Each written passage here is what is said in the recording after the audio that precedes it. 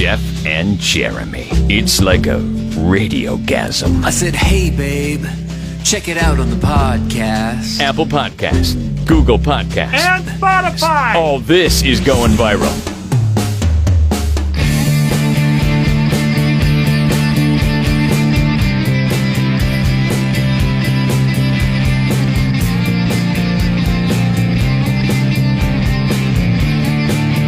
GFR?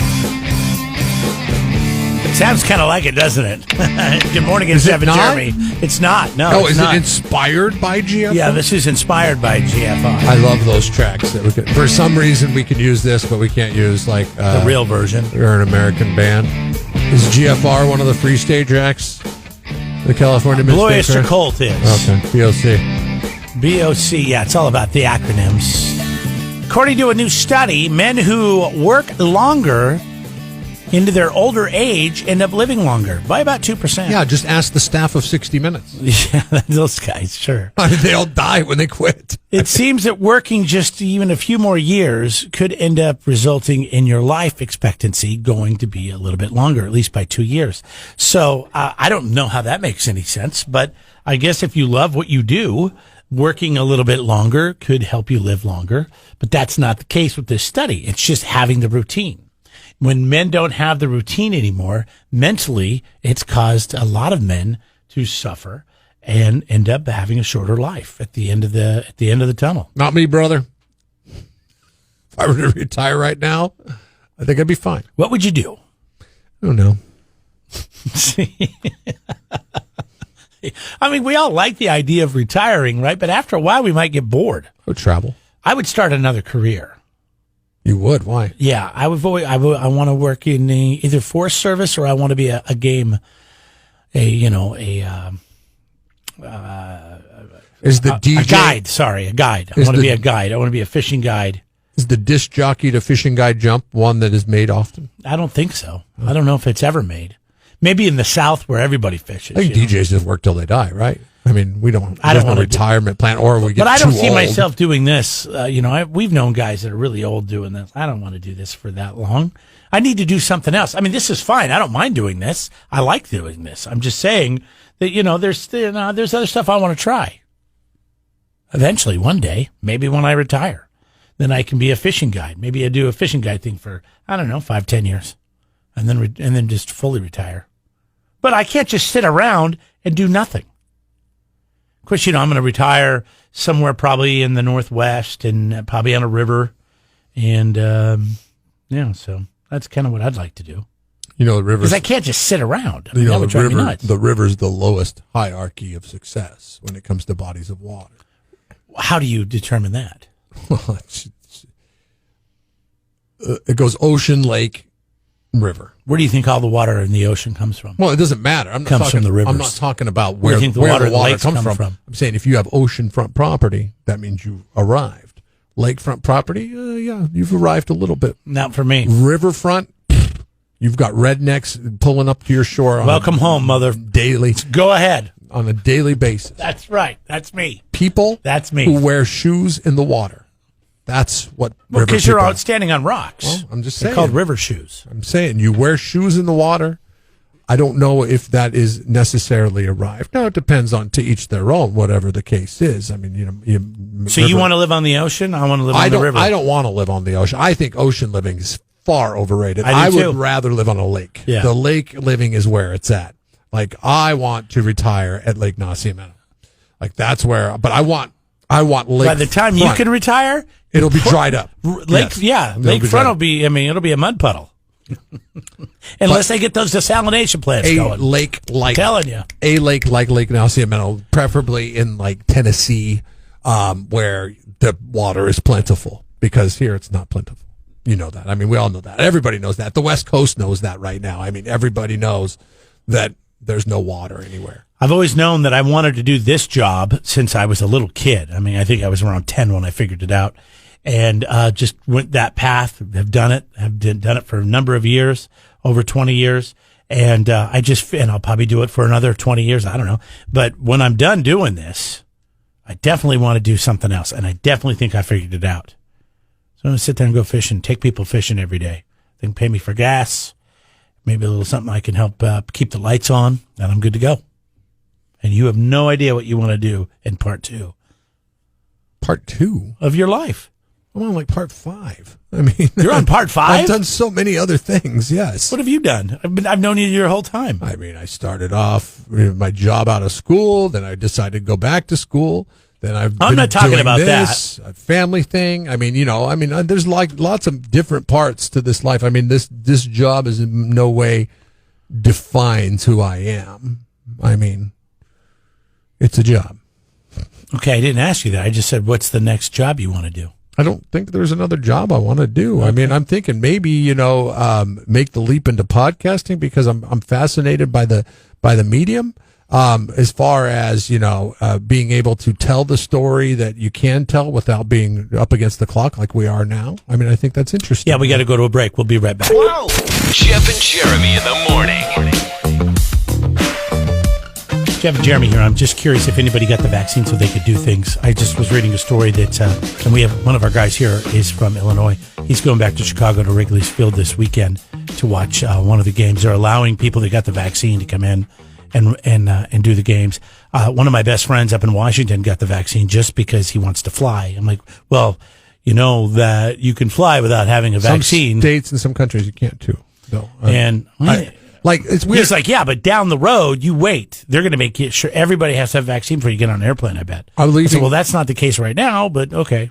I'm leaving on vacation, and I had to check the Southwest because it's on Southwest, and it said there was restrictions for the state of California. So I click on it, and for Burbank and LAX, you have to have proof of vaccine and COVID test in order to board a flight on or maybe it's come back to one of those airports or leave one of those airports. Okay, I forget what it is. You just said you have to have both. I think you have to have one or the other. I think you have to have a vaccine or you have to show that you have a negative test. Because I just did this a few months ago. But now it could have changed. But it was weird because it was just Burbank and LAX. San Jose, where I'm flying out of, nothing. You don't have to do anything. But I mean, this was a country thing because I was in Mexico.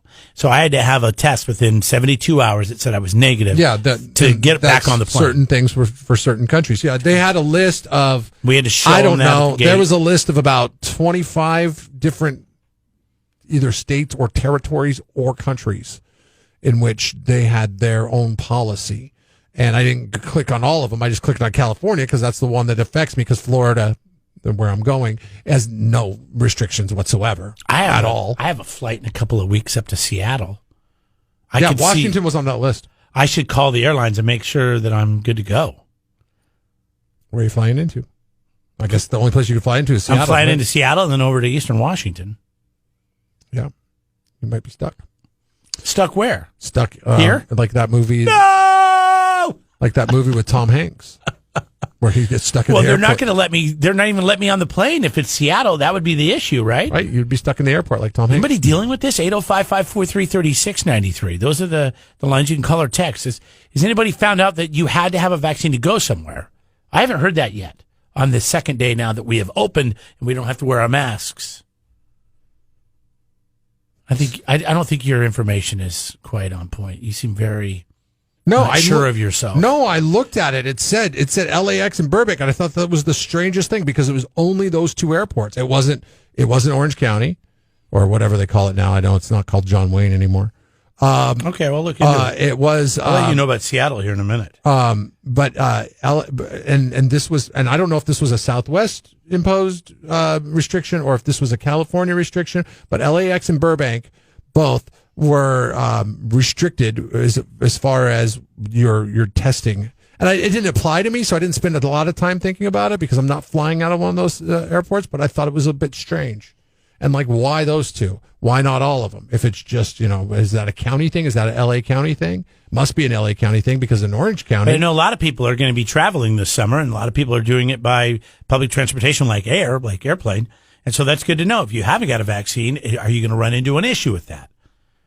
I guess you got to fly out of do your homework, Ontario or drive Orange County or drive. Driving's the best. Get to see the country. I wanted to drive to Florida, but my family but you're going to Florida, so they're like, whatever, we'll take anybody. It's America, damn it. I might just stay there. Whoa! Jeff and Jeremy in the morning.